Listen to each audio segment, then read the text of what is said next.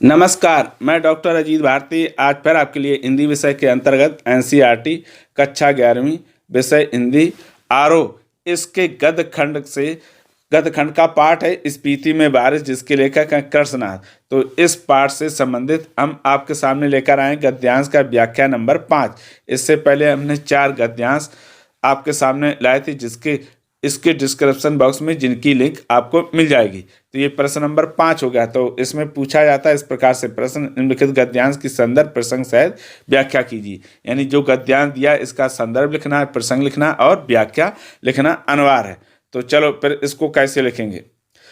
पहले तो गद्यांश को हम पढ़ लेते जो प्रश्न के रूप में दिया है।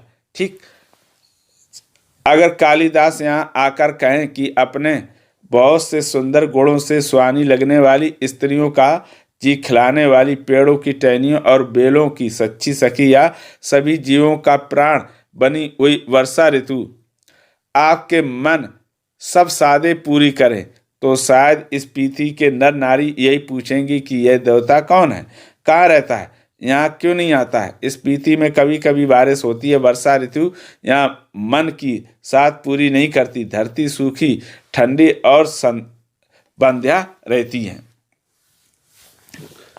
तो ये हो गया आपका गद्यांश। अब उत्तर कैसे लिखेंगे, तो सबसे पहले हम लिखेंगे आपका उत्तर में पहले गद्यांश की शुरू 2 शब्द और फिर अंत के 2 शब्द लिख देंगे, बीच में डैश कर देंगे। ठीक है, कि यहाँ से लेकर हम अगर कालिदास से लेकर रहती है तक की हम क्या करेंगे, संदर्भ प्रसंग है व्याख्या करेंगे। तो उत्तर लिखने के बाद पर हम लिखेंगे संदर्भ किस प्रकार से लिखेंगे। प्रस्तुत गद्यांश हमारी पाठ्य पुस्तक आरो के स्पीति में बारिश पाठ से लिया गया, जिसके लेखक कृष्णनाथ हैं। तो देखो, संदर्भ में 3 बातें बस ध्यान रखनी पड़ती हैं। पहला पाठ्य पुस्तक का नाम, दूसरा पाठ का नाम और तीसरा लेखक का नाम। फिर आता है आपका प्रसंग। तो प्रसंग कुछ इस प्रकार से रहेगा।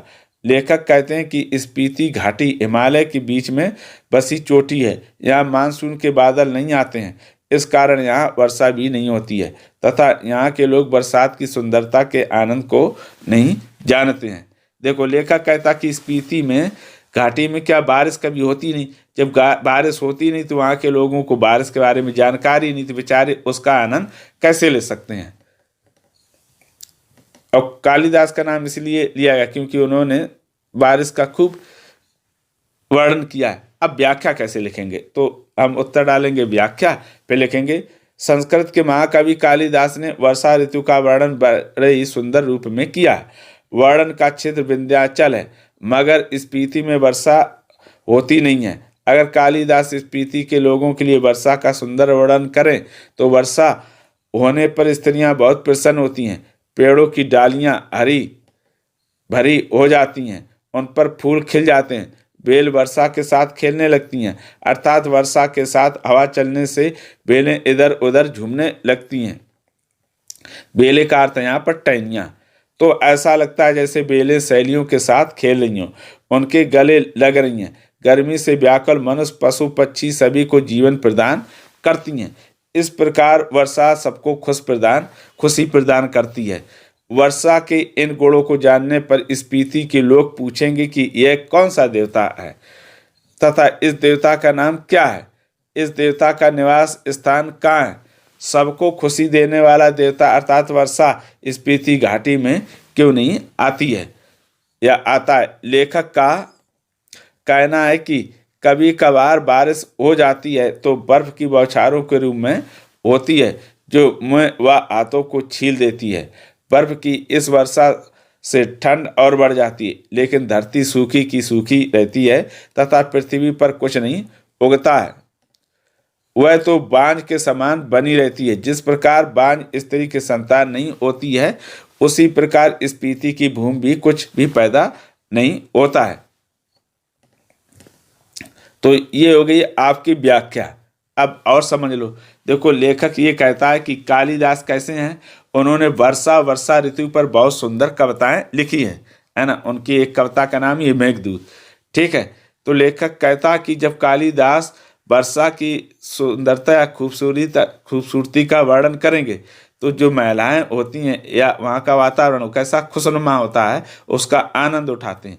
लेकिन अगर इसी की बात स्पीति के लोगों को बताई जाए तो बेचारे सोचेंगे ये किस देवता का नाम है बारिश, ठीक, क्योंकि उनके यहाँ कभी कभार बारिश होती है, वो भी नाम मात्र, और होती है तो बर्फ़ों के रूप में, जो हमारे हाथ पैर मुंह सब क्या कर देंगे, छील देंगे।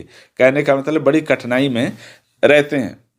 इसलिए दूसरा, वहाँ की भूमि कैसी है, बिल्कुल बंजर है, जिसमें किसी प्रकार की कोई खेतीबाड़ी नहीं होती है, सिर्फ एक ही फसल होती है। इसलिए वहाँ के लोग वर्षा का कोई आनंद नहीं उठा सकते। फिर आता है विशेष, तो विशेष में लिखेंगे पहला बिंदु, वर्षा ऋतु की सुंदरता तथा स्पीति के लोगों की जिज्ञासा का वर्णन किया गया है। दूसरा, भाषा सरल तथा अलंकारिक खड़ी बोली है। तीसरा, हिंदी के तत्सम शब्दों का प्रयोग जैसे प्राण, बंध्या का प्रयोग किया गया। इस प्रकार से ये आपका जो व्याख्या है वो क्या हो गई, समाप्त होगी। अगर उसके पश्चात भी आपका इस व्याख्या से संबंधित किसी प्रकार का कोई डाउट हो तो कमेंट करके हमें अवश्य बताइएगा। तो फिर आज के लिए इतना ही। अब हम फिर मिलेंगे किसी नए विषय के साथ, तब तक के लिए धन्यवाद।